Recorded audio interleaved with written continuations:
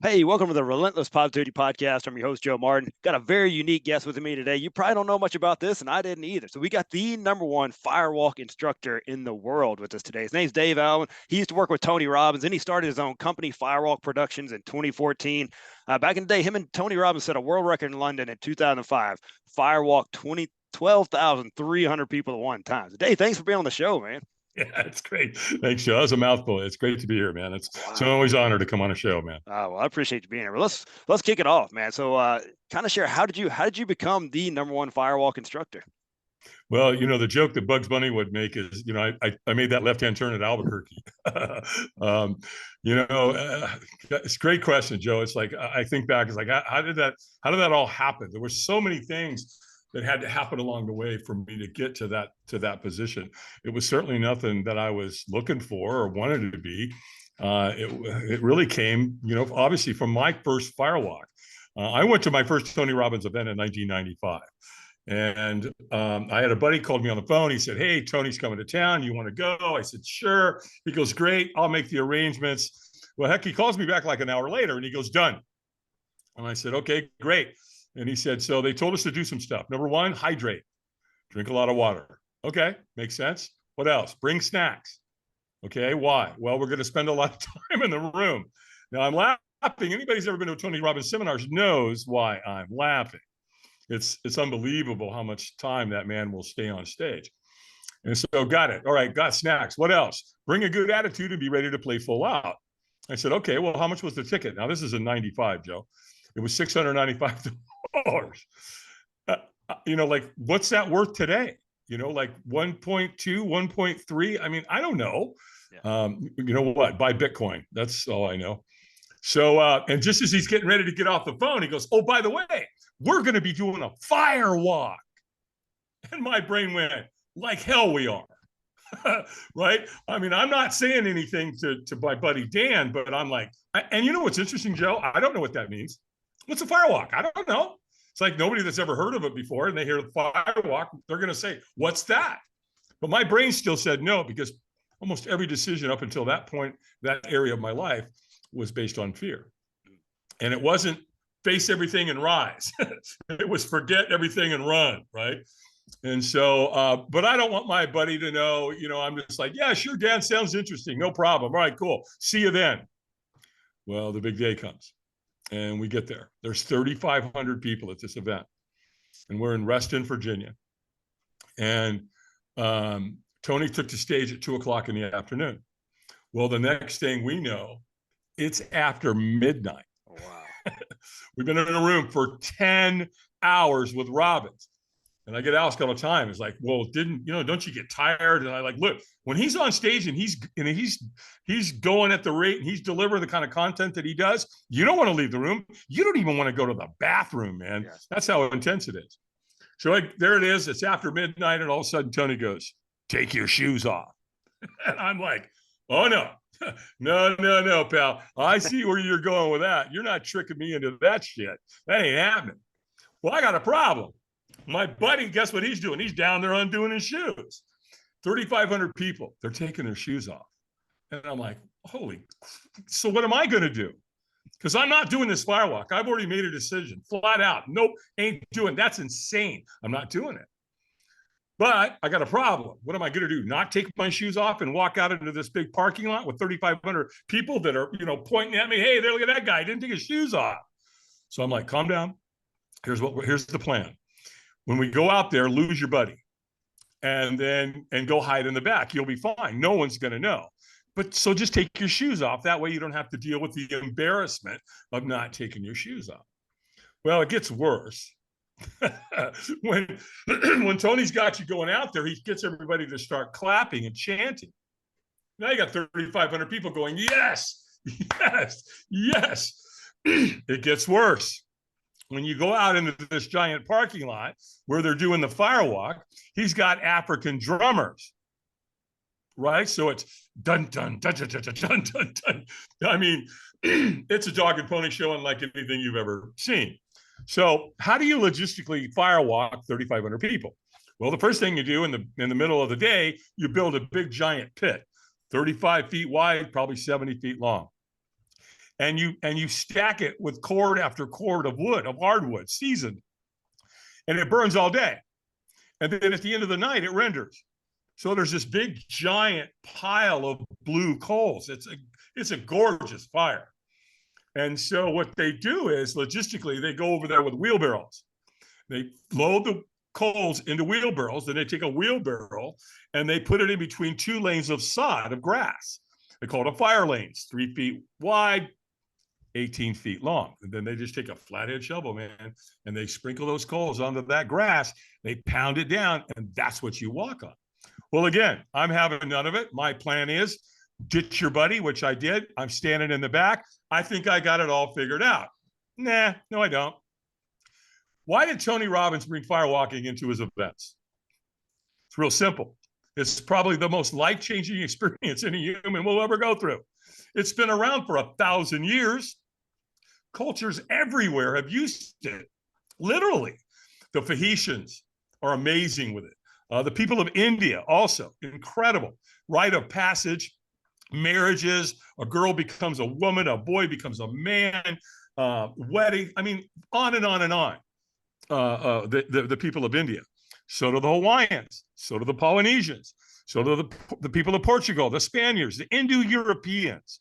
Back in the day, a couple hundred years ago, the Indo-Europeans, before they would go into battle, the women that night before would build the fire and nurture it, and then the men would walk on it.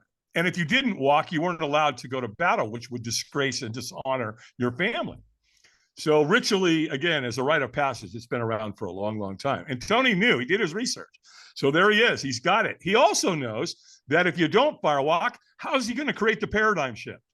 How is he going to get you to that point? If I can walk on coals that are 1,000 degrees and not burn myself, what else can I do, right? So he needs to cause the shift that night. By the way, this is a 4-day event, and this is day one that night, right? You know what else he knows? There's people like me, and he knows where we are, and he knows what we're doing. So what's he do? He trains people to come find you. So I'm back there. I got it all figured out. Yeah, no firewalk. Nope. Here comes this guy out of nowhere, Joe. He gets probably 20 feet from me, locks eyes with me, won't take his eyes off, gets 20 feet from me, and he looks at me really funny, like there's something wrong with me, like a dog when it hears a funny noise, right? They tilt their head, and he looks at me real funny, and he goes, "Hey, man, are you okay?" And of course, when we're not okay, what do? We lie, right? Yeah, I'm good. Yeah, no problem here, buddy. Move along. Nothing to see here. And he immediately goes for the kill shot. He goes, "Hey, man, you going to walk tonight?"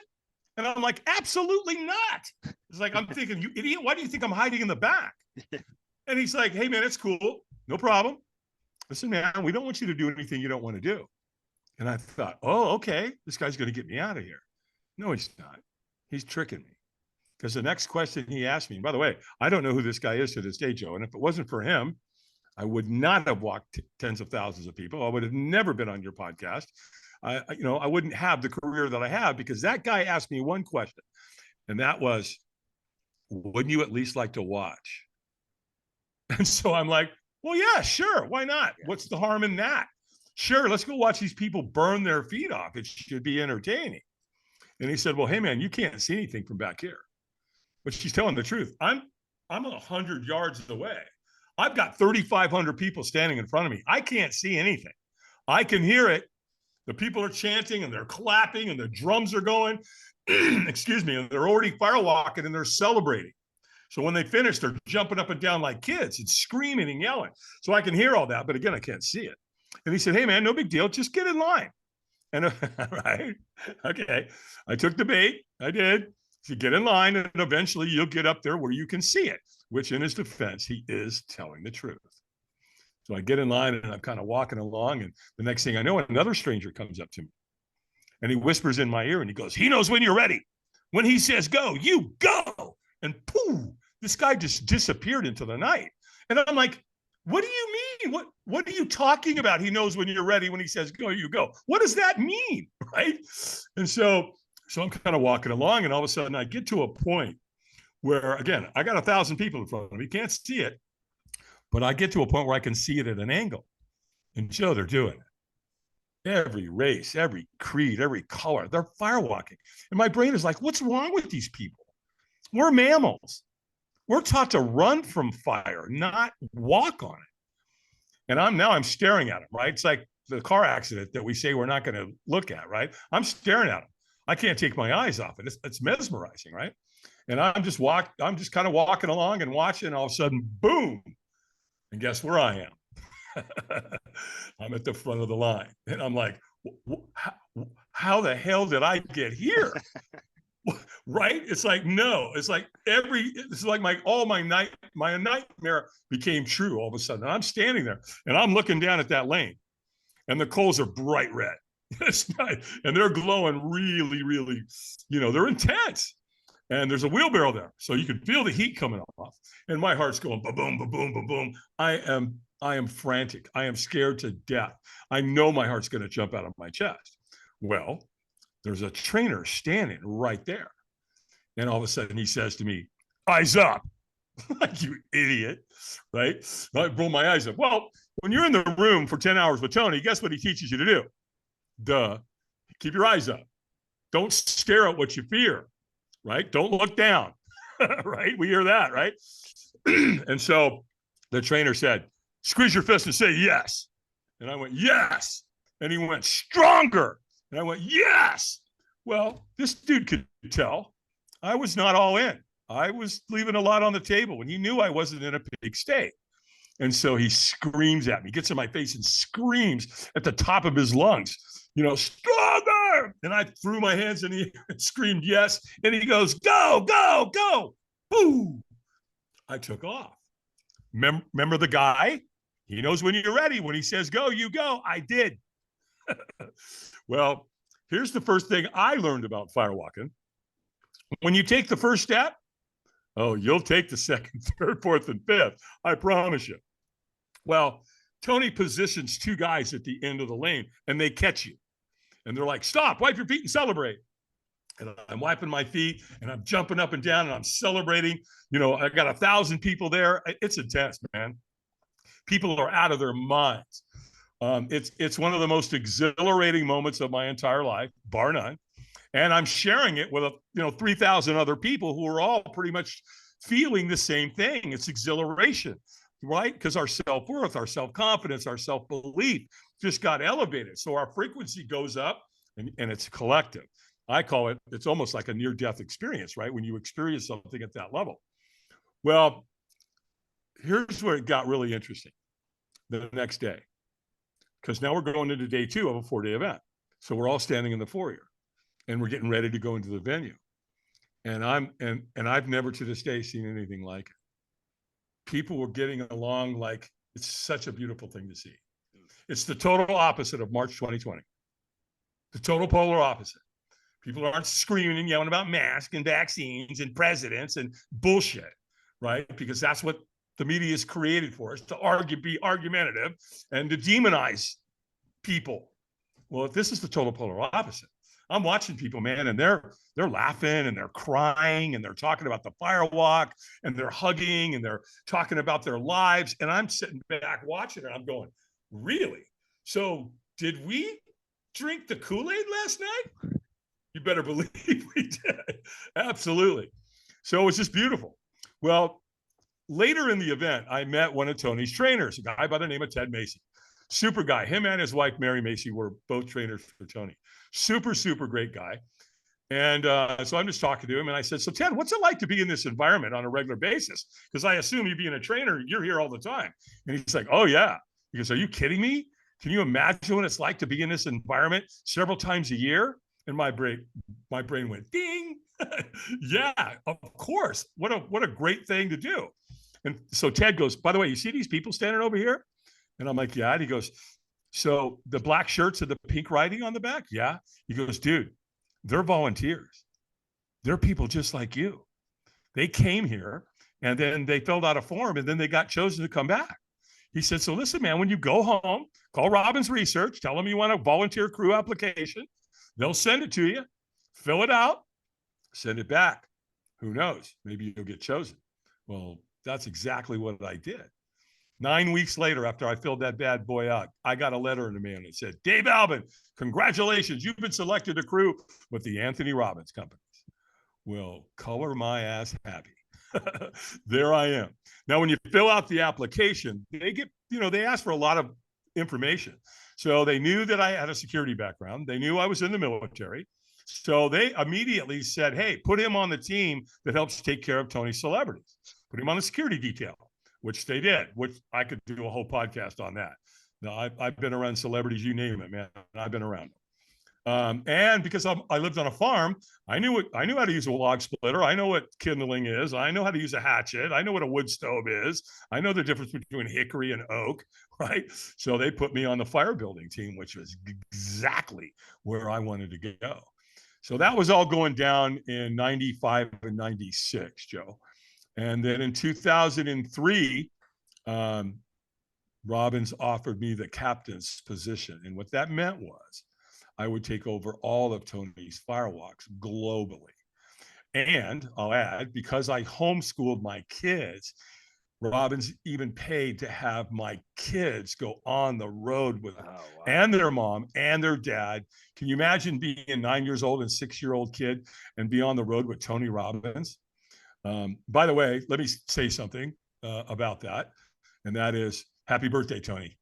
Today's his birthday. Happy birthday. That's awesome, man. Right. Yeah. He was born on leap year. So what's he, 9 or something like that? Yeah. I think Tony's, let's see, I'm going to be 70 this year. I mean, she's going to be 64. So happy birthday, TR.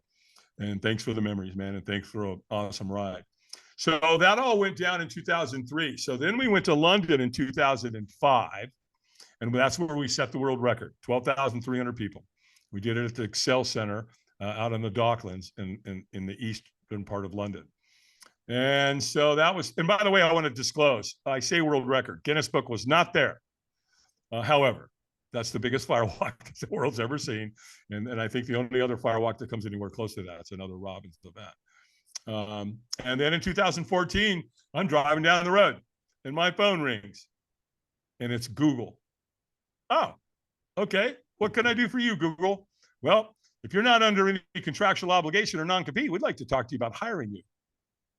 Okay, well, homeboy's a free agent. What you got? And so there it was, man. I'm being called by Google. Now, why did Google call me? Well, because they know. They know what doesn't challenge you doesn't change you. If they want to create a spectacular event, they have the data. They have the research. It's like, duh, right? In fact, I ended up doing 2 gigs for Google. What happened, though, originally they wanted to do a firewalk, but they wanted to do it in the middle of the day. They had 148 executives that were graduating from this curriculum. And I go, look, guys, we can't do it during the day. I don't do them during the day. Not 150 people. Ain't going to happen. It's a safety issue. I'll tell you what we could do. If they're going to graduate in the middle of the day, we can still create the paradigm shift. We can do a glass walk. They said, a glass walk? You mean like walking on broken glass? And I'm like, yeah. They're like, ooh, tell us about that. So next thing I know, there I am at Mountain View, man, with 148 of their executives. And you know what was interesting about being there with Google? One of the executives took me aside and he said, dude, if I was in your shoes, you know what I'd do? I'd start my own business and I'd do it right now. And he goes, because I'm going to tell you right now, corporate America will be all over you because you offer the perfect experience. This is what they want. If they want to unite people and create camaraderie and culture, the Firewalk is perfect because that's exactly what it does. And dude, you're at the top of the hill here. So, I'm not trying to tell you what to do, but again, if I was in your shoes, I'd think about starting my own business. And so I went, if a Google executive tells you to start your own corporate team building company, maybe you should listen to them. So yeah, Firewalk Productions was born in 2014. And, the next thing I know, I'm at NASA. I'm at Notre Dame. I'm at Virginia Tech, Microsoft, Remax, Heineken, Chick-fil-A, YMCA. The Entrepreneurs Organization. I mean, you name it. The next thing I know, I'm on a podcast with Joe Martin. right? Oh man. So, I oh mean, man, I'm right up there with come Google on, and brother. What? Chick-fil-A. Are you kidding me? Here's the Yeah. pinnacle of my career, bro. Oh yeah. Glad to Um, be here, man. Welcome to the mountaintop. yeah, thank you, man. It was quite a hike. And so the Yeah. bottom line, man, pun intended, we've been going hot and heavy ever since. Man, what an amazing story, man. That's just, I don't know, that's the American dream right there, right? So, It but absolutely is. but man, it wasn't always sunshine and rainbows with you, man. You had kind of a dark past and a dark history. So kind of tell Yeah. people, because I think people see that, they see you where you are now, and they're like, oh man, that guy's probably always been successful and happy. But kind of tell them kind of tell them how you kind of turned your life Yeah. around. Well,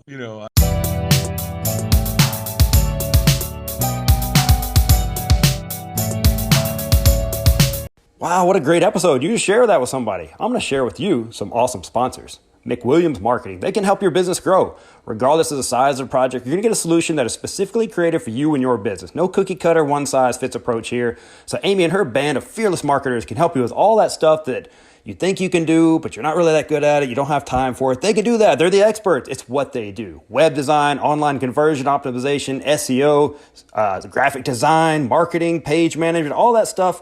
Go let them do that. Don't handle that yourself. Go check them out at mcwilliamsmarketing.com. See what all they can do. They're amazing people. Teak Patnick with Patnick Realty. He really does it all in the real estate world.